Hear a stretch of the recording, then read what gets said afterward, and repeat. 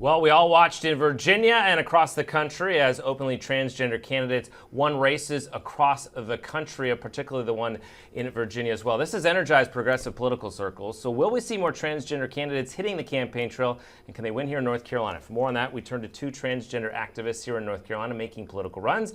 Wendy LMA is running for the U.S. House in the 2nd District. That seat is currently held by Republican George Holding. And Angela Bridgman, an activist who protested against HB 2, is considering a run in the North Carolina House, likely waiting for those final maps to be drawn. Good to see you both. Welcome to the program. Thank you. Thank you. All right, so as we watched those results nearly 2 weeks ago in Virginia and across the country, what was going through your mind? Well, I was literally glued to the TV the night of the Virginia election watching Danica, because that to me was just very hopeful, because of course Danica was running for exactly the same position that I'm planning on running for myself. So obviously that was a very important race to me. How about you? I was thinking about the battle and the war. Having the elected transgenders from the municipals, school boards, and state is really great. We need a seat at those tables. But I'm running for federal laws. I'm running to bring things to the Capitol, to the U.S. Capitol, to bring equality there.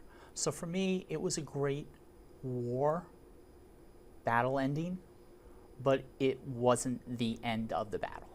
Did it give you more confidence, though, that that progress is happening, at least particularly from your viewpoint? I mean, did it give you more hope running into 2018? Well, I don't know if I want to call it hope. Momentum is a better word. To see these elected municipal, from school board to the municipal government to the state house, winning is a great thing. I've run on county level, I've run on a state level, I've run on a municipal level, and now I'm running on a federal level. So I've seen change, and it's great to see that. I look back at a story that my grandmother probably told me when I was a little kid about the first time a woman could cast a ballot, and the first time a woman won in the county where I came from in New Jersey. And it was just like fireworks. It was amazing. So for the trans community, it's amazing to see people win.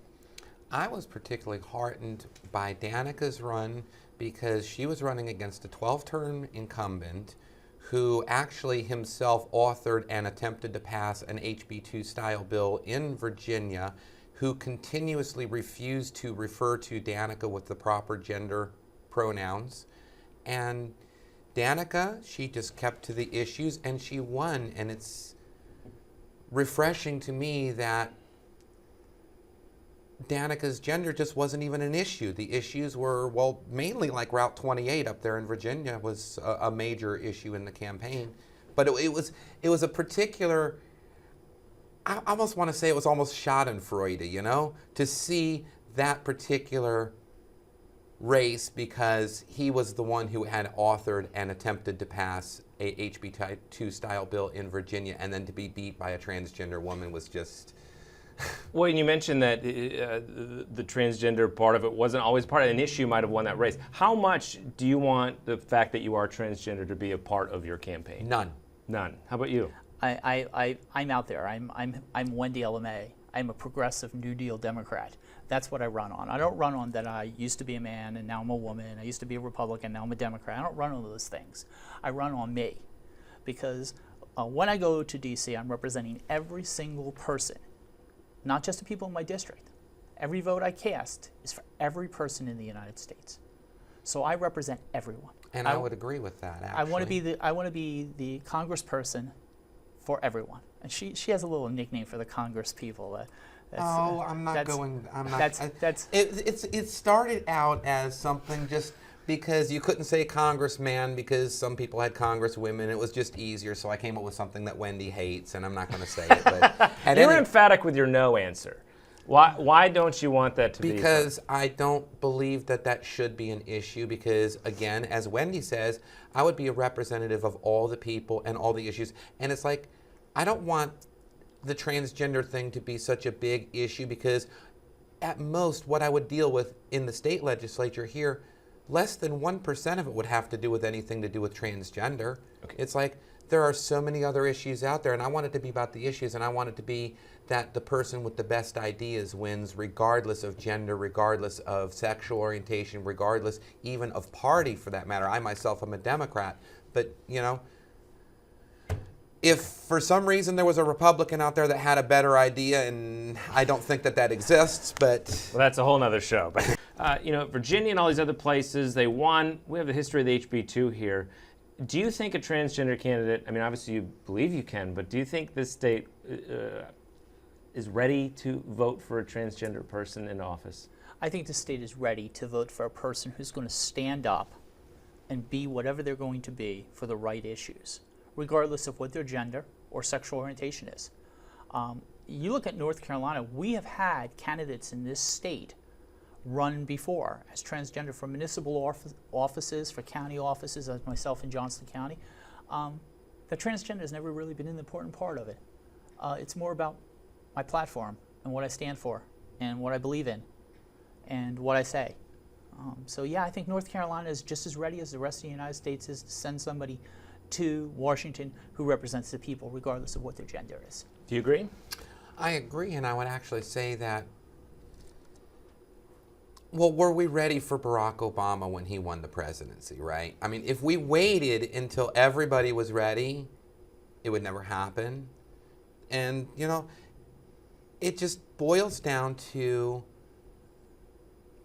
it shouldn't be about transgender, cisgender, it shouldn't be about gay, lesbian, straight, it should just be about who has the best ideas. And I would say that were I to be elected to the North Carolina House, I would have a sacred duty, a solemn sacred duty to serve all of the people of the district that I represent, and more than that, also the whole state too. We talked about this off camera, but I asked if it was hard being a transgender candidate, and you mentioned it yourself, it's hard just being transgender. It's hard to run for office anyway. Why did you decide to run for office? Wherever I see an injustice, I want to correct it.